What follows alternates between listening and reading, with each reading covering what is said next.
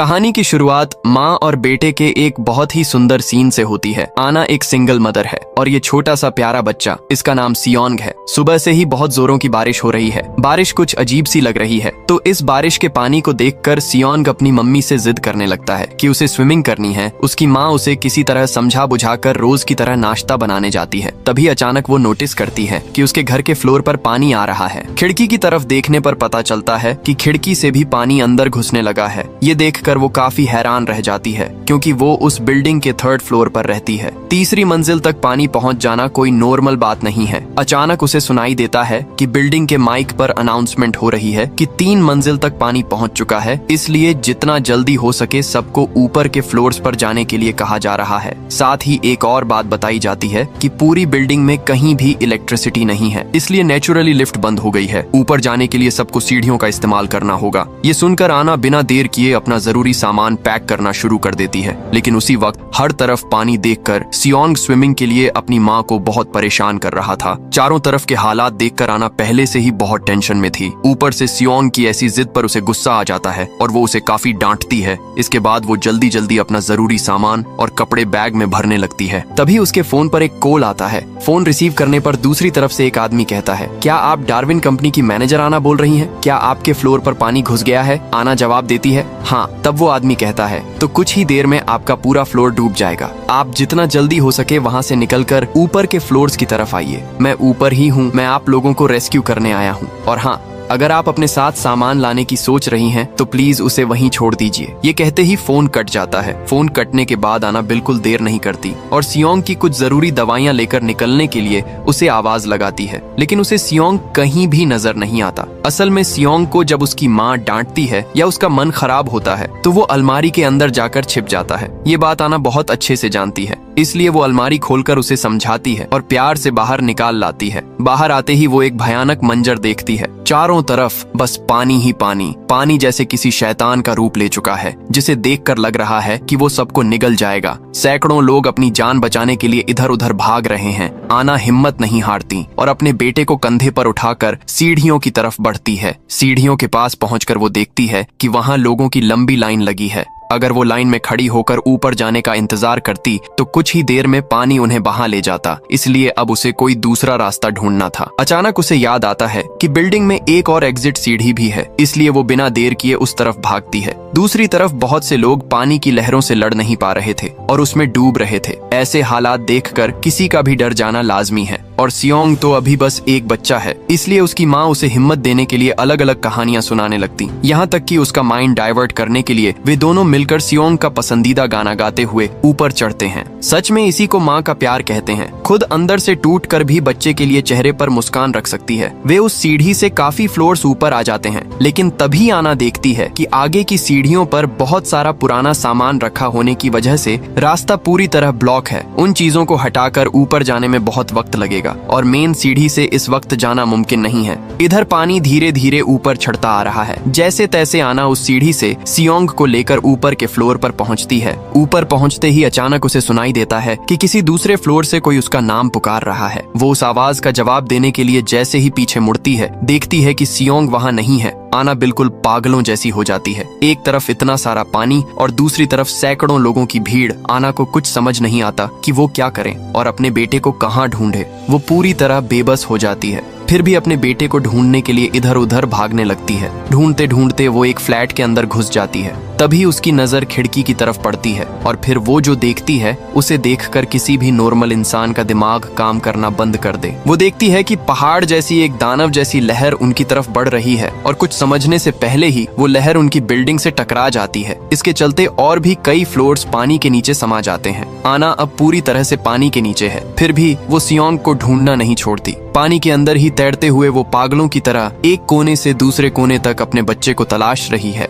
उस वक्त आना खुद को बेबस और हेल्पलेस महसूस कर रही थी। काफी देर तक पानी में ढूंढने के बाद आखिरकार उसे सियोंग मिल जाता है, लेकिन तब तक छोटा सियोंग बेहोश हो चुका था। आखिर एक बच्चा कितनी देर पानी के नीचे रह सकता है। आना किसी तरह अपने बेटे को लेकर वहां से निकलना चाहती है, लेकिन बाहर जाने वाला दरवाजा किसी भी तरह खुल नहीं रहा। इधर काफी देर तक पानी के अंदर रहने की वजह से आना भी अब अपनी सांस नहीं रोक पा रही थी। वो खुद भी बीमार सा महसूस करने लगी है। उसे लग रहा है कि बस अब सब खत्म होने वाला है। ठीक तभी एक आदमी आकर उन दोनों को खींचकर ऊपर ले जाता है और उनकी जान बचाता है। ऊपर जाने के बाद वो सियोंग के सीने और पेट को दबाकर पानी बाहर निकालता है और उसे होश में लाता है। सियोंग बहुत डर गया था, इसीलिए अपनी माँ को देखते ही वो रोने लगता है। इधर वो आदमी एक वीडियो के जरिए अपने ऑफिस में रिपोर्ट करता है कि उसने आना और उसके बच्चे को सही सलामत रेस्क्यू कर लिया है। अब तक आपको लग रहा होगा कि इतने सारे लोगों के बीच ये आदमी सिर्फ आना को ही बचाने क्यों आया। जब आना उस आदमी से उसकी पहचान पूछती है तो वो बताता है कि उसे डार्विन कंपनी ने भेजा है। वो उस कंपनी की सिक्योरिटी टीम का हिस्सा है और उसका नाम हीजो है। इसके बाद जब हीजो उन्हें लेकर ऊपर की तरफ जा रहा था तब आना उससे पूछती है, बाहर का पानी इतना नमकीन क्यों है? मुझे तो लगता है कि ये कोई मामूली बारिश नहीं है। तभी हीजो उसे बताता है कि बारिश तो नॉर्मल है, लेकिन यहाँ जो बाढ़ आई है वो समंदर का पानी है। असल में अंटार्कटिका में एक उल्का पिंड गिरा है जिसकी वजह से सारी बर्फ पिघल गई है और ये बाढ़ आई है। आना पूछती है क्या इस बारे में वैज्ञानिकों को कुछ नहीं पता था। हीजो बताता है कि साइंटिस्ट को सब कुछ पहले से पता था, लेकिन उनके पास इस सिचुएशन को संभालने का कोई रास्ता नहीं था, इसीलिए वे बेकार में लोगों को बताकर अफरा तफरी या डर का माहौल नहीं बनाना चाहते थे। और हाँ, आज शायद इस दुनिया का आखिरी दिन हो सकता है, सब कुछ पूरी तरह खत्म हो जाएगा। हीजो की बातें सुनकर आना परेशान हो जाती है और पूछती है, अगर दुनिया खत्म ही होने वाली है तो आखिर हम जा कहाँ रहे हैं? हीजो आना से कहता है, आप भले ही खुद को डार्विन कंपनी की एक मामूली मैनेजर समझती हो, लेकिन आप कोई साधारण इंसान नहीं है। आपकी कंपनी में एआई के लिए जो इमोशन इंजन तैयार किया जाता है उसे सिर्फ आप और आपके बॉस ही बना सकते हैं। सुबह से आपके बॉस और उनकी बेटी का कहीं पता नहीं है, शायद वे अब तक पानी में डूब चुके होंगे, इसलिए अब हमारी आखिरी उम्मीद सिर्फ आप हैं। हमने ऑलरेडी लेबोरेटरी में इंसानी शरीर तैयार कर लिए हैं, लेकिन उस बॉडी में इमोशन सिर्फ आप ही डाल सकती हैं, क्योंकि आज दुनिया के सभी लोग मारे जाएंगे। इसीलिए दोबारा धरती पर इंसान बसाने के लिए भी हमें आपकी जरूरत है। इसीलिए आपको ले जाने के लिए बिल्डिंग की छत पर हेलीकॉप्टर भेजा गया है। तो इन सब बातों के बीच टेंशन में डूबे हुए वे कुछ और फ्लोर ऊपर चढ़ जाते हैं। तभी अचानक सियोंग अपनी माँ से कहता है कि उसे टॉयलेट आया है। हीजो ये जानकर उन्हें एक फ्लैट के अंदर ले जाता है। उस फ्लैट में हीजो और आना की बातचीत के दौरान आना हीजो का फोन लेकर अपनी माँ को कॉल करती है ताकि उनका हालचाल जान सके। उसकी माँ उसे कहती है, तुमने हमारे लिए बहुत कुछ किया है, अब हमारे बारे में मत सोचो, अपना और अपने बेटे का ख्याल रखना। ये बात बोलते ही फोन के दूसरी तरफ से एक जोरदार लहर की आवाज आती है और लाइन कट जाती है। आना को समझते देर नहीं लगती कि उसने अपने मम्मी पापा को हमेशा के लिए खो दिया है। उसे बहुत दुख होता है, लेकिन फिर भी वो खुद को शांत रखने की कोशिश करती है, क्योंकि इस वक्त टूटने से काम नहीं चलेगा। वो पूरी दुनिया के साथ साथ अपने बच्चे को बचाने की जंग लड़ रही है। तभी आना और हीजो नोटिस करते हैं कि फ्लैट की गैस पाइप लीक हो गई है। एक और नए खतरे को भांपते हुए आना सियोंग को गोद में लेती है और वे तीनों वहाँ से निकल पड़ते हैं। लेकिन बाहर इससे भी बड़ी तबाही उनका इंतजार कर रही थी, जिसका उन्हें अंदाजा भी नहीं था। एक तरफ बिल्डिंग के चारों ओर पानी ही पानी और आंखों के सामने डूबते हुए सैकड़ों लोग, दूसरी तरफ वे जिस ओर जाने की कोशिश कर रहे थे वहीं गैस लीकेज की वजह से बड़े बड़े धमाके हो रहे थे। ये नजारा किसी कयामत से कम नहीं था। कोई और रास्ता न देखकर हीजो सीढ़ियों से ऊपर जाने की उम्मीद छोड़ देता है और बालकनी के सहारे ऊपर चढ़ जाता है। ऊपर पहुंचकर हीजो आना से कहता है, आप अपने बेटे को मुझे पकड़ा दीजिए। आना अपने बच्चे की जान बचाने के लिए उसे हीजो की तरफ बढ़ाने की कोशिश करती है, लेकिन डरा हुआ छोटा सियोंग अपनी माँ को छोड़कर किसी और के पास जाने को तैयार नहीं था। काफी मशक्कत के बाद वो सियोंग को हीजो तक पहुंचा तो देती है, पर खुद को संभाल नहीं पाती। उसका पैर फिसलता है और वो सीधे नीचे गहरे पानी में जा गिरती है। लेकिन इस बार भी वो हार नहीं मानती। किसी तरह तैर कर वो फिर से एक फ्लोर पर पहुंच जाती है। जब वो उस फ्लोर से ऊपर जाने की कोशिश कर रही थी, तभी उसे लिफ्ट के अंदर से एक बच्चे के रोने की आवाज आती है। वो लिफ्ट के पास जाती है तो देखती है कि लिफ्ट बंद पड़ी है। इसी बीच उसकी नजर दो आदमियों पर पड़ती है जो इस मुसीबत का फायदा उठाकर अपार्टमेंट्स में चोरियां कर रहे हैं। क्या अजीब हालत है, जहां लोग जिंदगी और मौत के बीच लड़ रहे हैं। खैर, आना लिफ्ट में फंसे बच्चे को बचाने की बहुत कोशिश करती है, लेकिन तभी एक और तेज लहर आकर उसकी सारी कोशिशों पर पानी फेर देती है। ऐसे हालात में अचानक उसकी आंखों के सामने उस काली रात की यादें ताजा हो जाती हैं, जब वो सियोंग और उसका पति कार एक्सीडेंट की वजह से पानी में डूब गए थे। उस दिन वो सियोंग को तो बचा पाई थी, पर अपनी आंखों के सामने अपने पति को खत्म होते देखा था। कैसी किस्मत है, उस रात भी पानी था और आज भी वो पानी के नीचे है। और सियोंग खतरे में अपने बच्चे के बारे में सोचकर वो फिर से ऊपर के फ्लोर्स की तरफ चढ़ना शुरू कर देती है। इस तरह वो 18वें फ्लोर तक पहुंच जाती है, लेकिन उसे जाना है बिल्डिंग के 30वें फ्लोर पर। तभी हिजो उसके सामने आता है और बताता है कि सियोंग बहुत बीमार हो गया है। ये सुनकर आना पागलों की तरह अपने बेटे की तरफ भागती है। असल में सियोंग का शुगर लेवल गिर गया है। आना को कुछ समझ नहीं आ रहा कि वो क्या करे। उसका दिमाग काम करना बंद कर देता है क्योंकि खुद को और बच्चे को बचाने के चक्कर में वो काफी पहले ही पानी के नीचे सियोंग की दवाइयां खो चुकी है। आना सियोंग को लेकर भागने लगती है। तभी हिजो पीछे से कहता है, आप इतनी पागल क्यों हो रही हैं? सियोंग को लेकर इतनी चिंता करने की क्या जरूरत है? आप तो जब चाहें सियोंग की एक कॉपी बना सकती हैं। उसके सारे इमोशंस आपके पास हैं। उसके पूरे ब्रेन का बैकअप भी आपके पास है। अब खामखा इसके पीछे वक्त बर्बाद करने से हमें कोई फायदा नहीं है। एक तरफ बच्चे की ये हालत और दूसरी तरफ हिजो की ऐसी अजीब बातें सुनकर आना को बहुत गुस्सा आता है। वो भागते हुए अपने बेटे को लेकर एक फ्लैट में जाती है। जैसे तैसे कुछ चीजों को मिलाकर एक दवाई तैयार करती है और सियोंग को पिलाती है, जिससे थोड़ी देर में सियोंग की हालत सुधरने लगती है। मूवी के इस सीन में हम देखते हैं कि जब आना सियोंग के कपड़े साफ कर रही होती है तो उसे अचानक बाहर धूप चमकती हुई दिखती है। ये देखकर वो मन ही मन बहुत खुश होती है और उसके मन में उम्मीद की किरण जगती है। वो हिजो से कहती है, देखो धूप निकल आई है, शायद अब सारा खतरा टल गया है, सब कुछ पहले जैसा हो जाएगा। लेकिन हिजो इस बात पर कुछ नहीं कहता। वो आना को जो बताता है उससे उसका दिल फिर से टूटकर बिखर जाता है। हिजो कहता है, मैं तुम्हें एक बात बताना भूल गया था, हमारा प्लान बदल गया है। फिलहाल अंतरिक्ष में जो हमारा रिसर्च सेंटर है वहाँ सियोन को नहीं ले जाया जा सकता। आना गुस्से और दुख में कहती है, तुमने ये बात जानबूझकर मुझसे छिपाई क्योंकि तुम जानते थे कि अगर मुझे ये पहले पता चल जाता तो मैं तुम्हारे साथ कभी नहीं आती। इन बातों के बीच सूरज फिर से डूब जाता है और हर तरफ अंधेरा छाने लगता है। तभी उनकी नजर एक विशाल लहर पर पड़ती है जो उनकी तरफ बढ़ रही थी। उस लहर से बचने के लिए वे पूरी जान लगाकर भागने लगते हैं, लेकिन वो राक्षस जैसी लहर कुछ ही पलों में और भी कई फ्लोर्स को डुबो देती है। किसी तरह वे तीनों ऊपर की मंजिलों तक पहुंचते हैं। वहां आना देखती है कि एक प्रेग्नेंट औरत लेबर पेन से तड़प रही है। वो औरत और उसका पति आना से मदद मांगते हैं, लेकिन आना मजबूर है। वो इस वक्त किसी भी तरह उनकी मदद नहीं कर सकती। जब वो सियोंग को लेकर ऊपर जा रही थी तब सियोंग पूछता है, मम्मी उस आंटी को क्या हुआ है? वो ऐसे क्यों रो रही हैं? छोटे से सियोंग के इस सवाल पर उसकी माँ कहती है, वो आंटी माँ बनने वाली हैं, इसलिए उन्हें दर्द हो रहा है। तब सियोंग पूछता है, मम्मी जब मैं हुआ था तब क्या आपको भी ऐसा ही दर्द हुआ था? बच्चे का ये मासूम सवाल आना के सीने में तीर की तरह चुभता है। उसे बहुत दुख होता है और वो हिजो के पास जाकर फूट फूट कर रोने लगती है। वो गिड़गिड़ाते हुए उससे विनती करती है, प्लीज मैं तुम्हारे पैर पड़ती हूँ, मेरे बच्चे को मेरे साथ ले चलो, मैं तुम्हारे हर काम में मदद करूंगी, बस उसे मेरे साथ रहने दो। इतना छोटा बच्चा मेरे बिना कैसे रहेगा? मैं उसके बिना नहीं जी पाऊंगी। ये सुनकर हिजो कहता है, मैं कुछ नहीं कर सकता, मुझे जो ऑर्डर मिला है मुझे वही करना होगा। ये कहकर वो छत पर चला जाता है जहाँ वो देखता है कि रेस्क्यू टीम पहले से ही पहुंच चुकी है। वहाँ जाकर आना को पता चलता है कि उसे जहाँ ले जाने की बात कही गई थी वो पूरी तरह झूठ था। रेस्क्यू टीम के लोग आना से सियोंग को छीन लेते हैं। आना बहुत मिन्नतें करती है, गिड़गिड़ाती है, पर कोई फायदा नहीं होता। इसके बाद अचानक रेस्क्यू टीम के 2 लोग हिजो को गोली मार देते हैं और तब टीम का लीडर एक अजीब सी बात कहता है। वो कहता है कि आना के अलावा यहाँ मौजूद हर इंसान मारा जाएगा। आना अब समझ जाती है कि अब उसके हाथ में कुछ नहीं है, इसीलिए वो आखिरी बार सियोंग को गले लगाकर प्यार करती है। अब सवाल ये है कि उन्होंने सियोंग को क्यों रोक रखा है और आना को कहाँ ले जाया जा रहा है। कुछ ही देर में आना स्पेस की तरफ अपनी यात्रा शुरू कर देती है। मूवी में दिखाया जाता है कि पूरा शहर पानी में डूब रहा है और ठीक उसी समय किसी ग्रह के टूटे हुए हिस्से आना के रॉकेट की तरफ तेजी से आ रहे हैं। मूवी के इसी सीन में हमारे सामने आता है सबसे बड़ा असली ट्विस्ट। हम देखते हैं कि आना अपने उसी अपार्टमेंट में सोकर उठ रही है। बाहर सिर्फ पानी ही पानी है। मतलब ये वही सीन है जो हमने मूवी के पहले सीन में देखा था। मुझे पता है आपके मन में बहुत सारे सवाल आ गए होंगे। ऐसा लग रहा होगा कि सब कुछ सिर के ऊपर से जा रहा है, पर मैं सब क्लियर कर दूंगा। तो नींद खुलने के बाद आना देखती है कि उसके पूरे घर में पानी घुस गया है। सिक्योरिटी रूम से अनाउंसमेंट हो रही है कि जल्दी ऊपर के फ्लोर्स पर जाए। ठीक तभी आना के फोन पर हिजो का कॉल आता है। हिजो उसे छत पर आने को कहता है क्योंकि उनके लिए हेलीकॉप्टर इंतजार कर रहा है और आज वे सियोंग को भी साथ ले जाएंगे। जब वो फोन पर बात कर रही थी तब सियोंग बार बार अपनी माँ को कुछ दिखाने की कोशिश कर रहा था। वो कह रहा था कि उसने सपने में कुछ देखा है और जो देखा है उसकी फोटो बनाई है,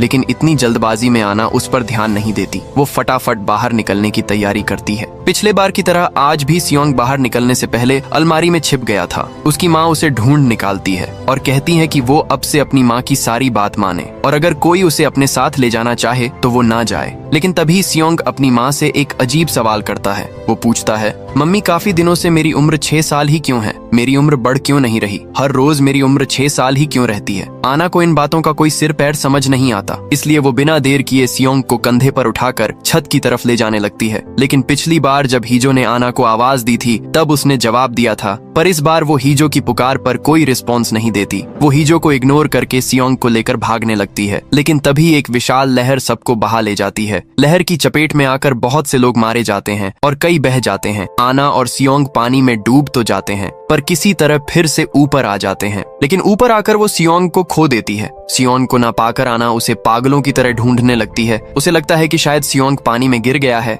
इसीलिए वो पानी के अंदर उसे तलाशने लगती है। जब आना सियोंग को ढूंढ रही थी तभी एक तैरती हुई कार आकर उसे जोर से टक्कर मारती है। अगले सीन में हम देखते हैं कि हीजो आना को रेस्क्यू कर रहा है, लेकिन यहाँ एक गौर करने वाली बात यह है कि पिछली बार आना की टी शर्ट पर 497 लिखा था और अब वो बदल कर 787 हो गया है। जब आना दोबारा सियोंग को ढूंढने जाना चाहती है तो हीजो उसे एक फोटो दिखाकर कहता है कि सियोंग ऊपर के फ्लोर पर है। आना को समझ नहीं आ रहा कि सियोंग उससे इस तरह भाग क्यों रहा है, जबकि वो तो अपनी माँ के बिना कुछ जानता ही नहीं। इधर हीजो सियोंग को ढूंढने से रोकता है तो आना को बहुत गुस्सा आता है। वो हीजो से बंदूक छीन लेती है, लेकिन तभी अपार्टमेंट में गैस लीकेज की वजह से ब्लास्ट हो जाता है। इस धमाके में आना जख्मी हो जाती है, पर इसके तुरंत बाद हम देखते हैं कि हीजो ने आना को फिर से बचा लिया है, लेकिन अब उसकी टी शर्ट पर एक 193 लिखा हुआ है। आना तब हीजो के हाथ से अपना हाथ छुड़ाकर पानी में कूद जाती है और सियोंग को ढूंढने लगती है। ढूंढते ढूंढते वो उसी लिफ्ट के सामने पहुंच जाती है जहां पिछली बार उसने एक लड़की के रोने की आवाज सुनी थी।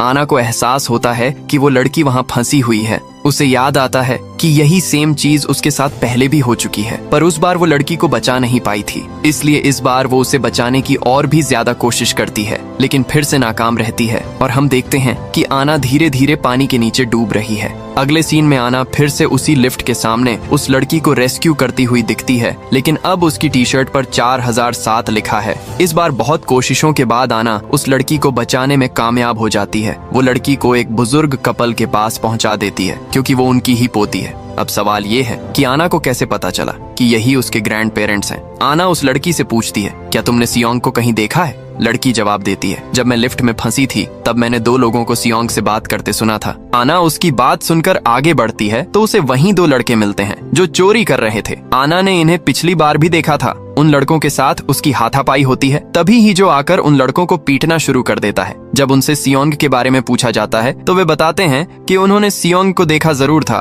पर उसे मारा नहीं। ही जो गुस्से में आकर उन्हें पानी में फेंक देता है। इसके बाद आना जब फिर से सियोंग को ढूंढने के लिए आगे बढ़ने लगती है तो हीजो उसे रोककर कहता है कि कुछ ही देर में रेस्क्यू टीम यहाँ आ जाएगी और वे ही सियोंग को ढूंढ निकालेंगे। लेकिन आना उससे रिक्वेस्ट करती है कि रेस्क्यू टीम के आने से पहले वे खुद सियोंग को ढूंढे। आना के बात करने के अंदाज से हीजो को कुछ शक होता है, क्योंकि आना उससे ऐसे बात कर रही है जैसे उसे बहुत पहले से जानती हो। अगले सीन में दिखाया जाता है कि आना एक दीवार पर पेंट से कुछ ड्रॉ कर रही है, पर इस बार भी नोटिस करने वाली बात यह है कि उसकी टी शर्ट पर 7793 लिखा है। अब आना ऊपर के फ्लोर पर जाती है तो देखती है कि उस प्रेग्नेंट महिला ने बच्चे को जन्म दे दिया है। ये देखकर आना अपना कोट उतारकर उस महिला को दे देती है। वहाँ से जाते वक्त आना सुनती है कि वो महिला अपने पति से कह रही है कि उसने सपने में देखा था कि पूरा शहर सुनामी में बह गया है, लेकिन वे बच गए हैं। ये सुनकर आना को याद आता है कि सुबह सोकर उठने के बाद सियोंग ने भी उससे कहा था कि उसने सपने में कुछ देखा है और उसने उसे अपने टैब पर ड्रॉ करके आना के फोन पर भेज दिया था। आना जैसे ही अपना मोबाइल चेक करती है वो तस्वीरें देखकर हैरान रह जाती है। यहाँ हमें पता चलता है कि पहली बार जब सियोंग बेहोश हो रहा था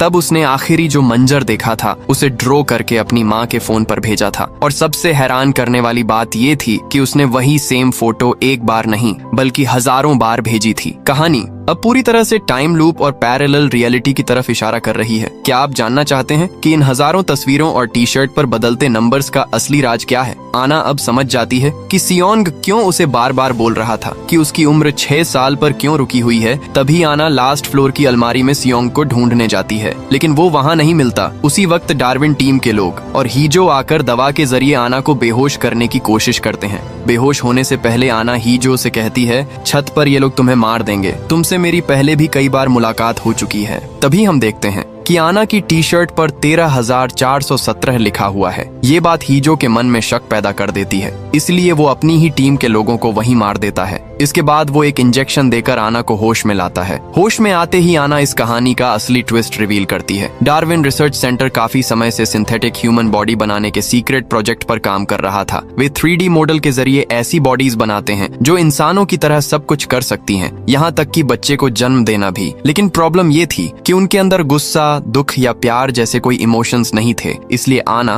और उसके बॉस ने इमोशन इंजन पर काम शुरू किया था। इसके लिए दो चीजों की जरूरत थी, एक टेस्ट सब्जेक्ट और दूसरा टेस्ट सैंपल, क्योंकि एक इंसान का दूसरे इंसान के प्रति प्यार और जिम्मेदारी से ही इमोशन पैदा होता है। इसलिए उन्होंने दो आर्टिफिशियल बॉडीज बनाई। उन दोनों में से एक सियोंग है। इसका मतलब है कि सियोंग कोई इंसान नहीं बल्कि एक सिंथेटिक ह्यूमन बॉडी है और आना उसकी बायोलॉजिकल मां नहीं है। इसीलिए उस दिन जब सियोंग ने प्रेग्नेंट औरत को देखकर आना से पूछा था कि क्या उसे जन्म देते वक्त आना को भी इतना ही दर्द हुआ था, तब आना उस सवाल का कोई जवाब नहीं दे पाई, क्योंकि उसने सच में सियोंग को जन्म नहीं दिया था। शुरुआत में आना सियोंग की ज्यादा परवाह नहीं करती थी, यहाँ तक कि अपने पति की मौत के बाद वो सियोंग पर टेस्ट पूरा किए बिना ही उसे डार्विन सेंटर वापस करना चाहती थी, क्योंकि सियोंग को बचाने के चक्कर में ही उसने अपने पति को हमेशा के लिए खो दिया था। उनका काम बस एक तय समय तक इन टेस्ट्स के जरिए डाटा कलेक्ट करना था और फिर उसे रिसर्च सेंटर भेजना था। उनका प्लान था कि इसी डाटा से वे इमोशन इंजन को प्रमोट करेंगे और बाद में उस AI इमोशन को सिंथेटिक बॉडीज में इस्तेमाल करेंगे। लेकिन पूरा काम खत्म होने से पहले ही उन्हें पता चला कि अंटार्कटिका में एक विशाल एस्टेरॉइड टकराने वाला है।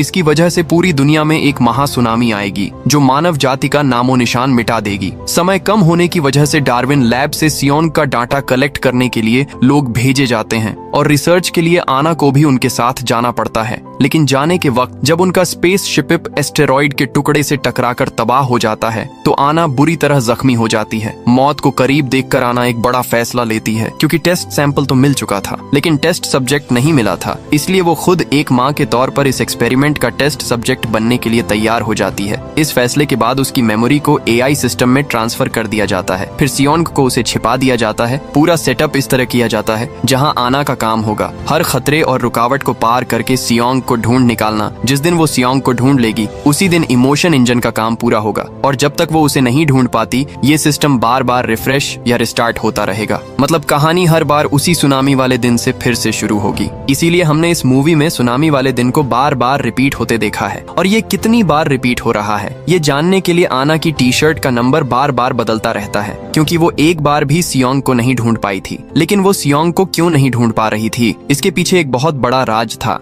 खैर ये सब जानने के बाद ही जो डिसाइड करता है कि वो आना की हेल्प करेगा, लेकिन वे जितनी बार भी कोशिश करते हैं उतनी बार उनका सामना सिक्योरिटी टीम से होता है, क्योंकि पूरा सिस्टम ही इसी तरह डिजाइन किया गया है। हजारों बार की कोशिशों के बाद वे दोनों प्लान बनाते हैं कि सिक्योरिटी टीम से लड़ने के बजाय वे उल्टे रास्ते से छत पर जाएंगे। काफी मशक्कत के बाद आना अकेले 30वीं मंजिल की छत पर पहुंचने में कामयाब हो जाती है। वहाँ उसे एक पुरानी अलमारी दिखती है और इसी अलमारी के अंदर सियोंग अपनी माँ का इंतजार कर रहा था। आना अपनी गलती मानती है और पिछली बार सियोंग को छोड़कर जाने के लिए माफी मांगती है, लेकिन सियोंग उसे बताता है कि आना ने उसे कभी छोड़ा ही नहीं था। दरअसल हेलीकॉप्टर पर चढ़ते वक्त आना ने उसके कान में कहा था कि वो इस अलमारी में छिपकर उसका इंतजार करें। इसीलिए सिस्टम जितनी बार रिस्टार्ट हुआ सियोंग हर बार यहीं आकर छिप जाता था। तभी वहाँ सिक्योरिटी टीम पहुंच जाती है और दूसरी तरफ से एक बहुत बड़ी लहर उनकी ओर बढ़ती दिखती है। आना सियोंग को पानी में कूदने के लिए कहती है और खुद टीम के लोगों से लड़ने लगती है। काफी देर लड़ने के बाद वो भी पानी में छलांग लगा देती। हम देखते हैं कि पानी के अंदर एक माँ अपनी पूरी जान लगा रही है ताकि वो अपने बच्चे को बचा सके।